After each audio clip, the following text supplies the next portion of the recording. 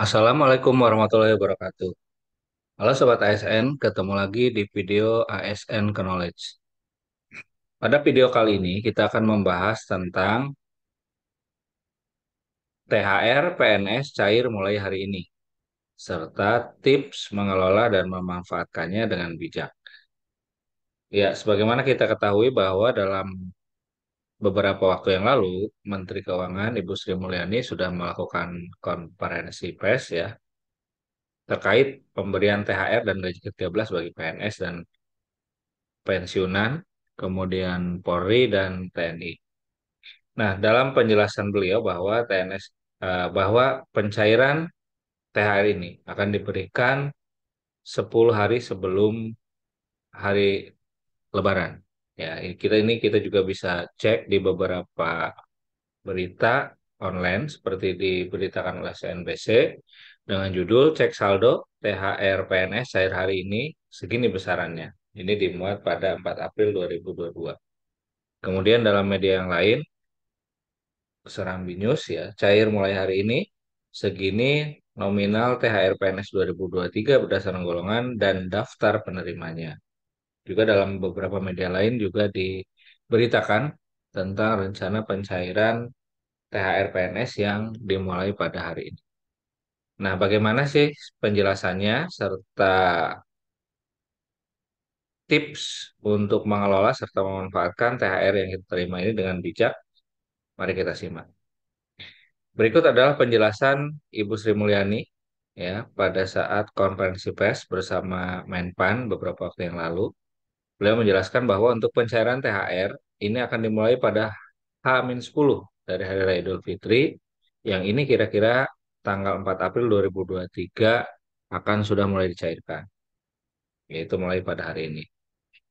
Kemudian juga beliau menjelaskan bahwa Kementerian Dalam Negeri akan menginstruksikan kepada seluruh Pemda di dalam menyelesaikan Perkada mengenai pembayaran THR dan gaji ke-13 dalam minggu ini.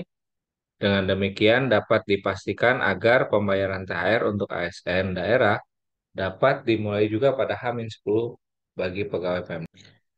Ya, jadi dasar pencairan THR ini adalah PP nomor 15 tahun 2023 yang kemudian juga untuk pemberian THR ini ditindaklanjuti dengan Permenq untuk yang bersumber dari APBN serta peraturan kepala daerah untuk yang bersumber dari APBD.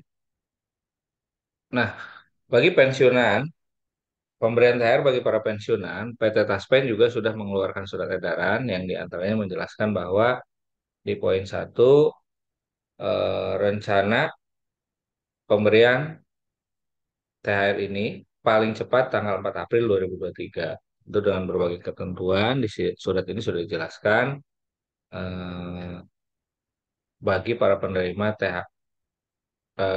THR untuk pensiunan. Nah, apa saja sih komponen THR yang diberikan? Ada dua. Yang pertama adalah gaji pokok atau gaji pensiunan dan tunjangan yang melekat pada gaji atau pensiunan pokok, seperti tunjangan keluarga, tunjangan pangan, tunjangan jabatan struktural, tunjangan fungsional maupun tunjangan umum.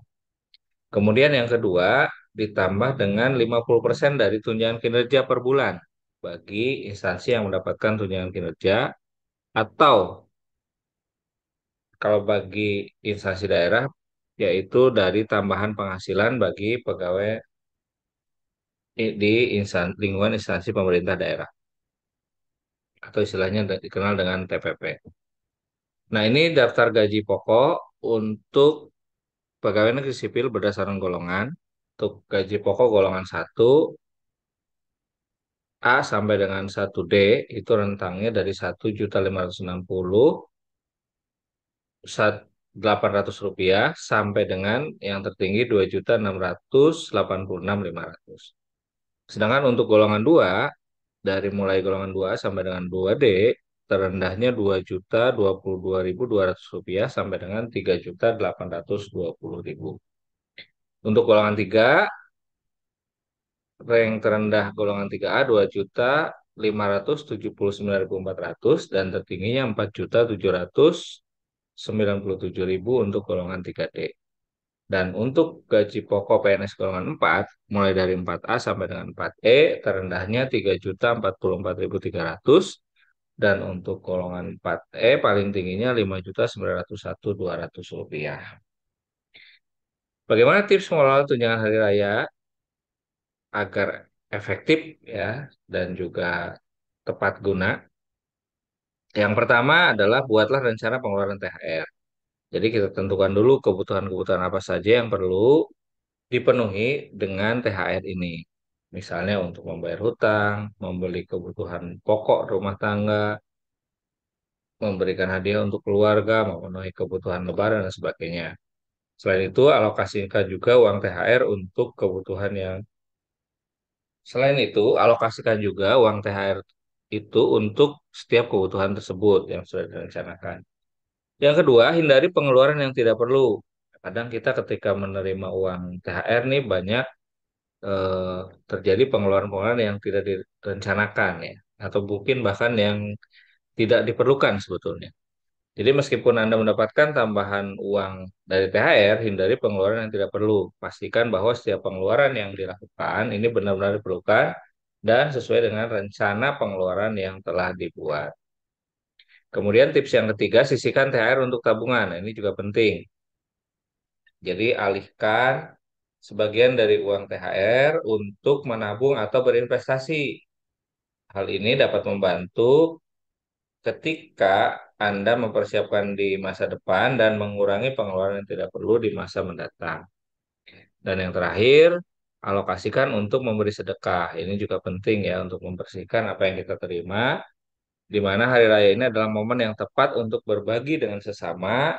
Maka dari itu sisihkan sebagian dari THR yang kita terima untuk memberikan sedekah kepada yang membutuhkan. Demikian yang bisa disampaikan dalam video kali ini. Semoga bisa bermanfaat dan tentunya selamat menunggu pencairan THR ya. Selamat Hari Raya juga. Sampai ketemu di video yang akan datang. Jangan lupa di subscribe, like, dan share. Terima kasih. Assalamualaikum warahmatullahi wabarakatuh.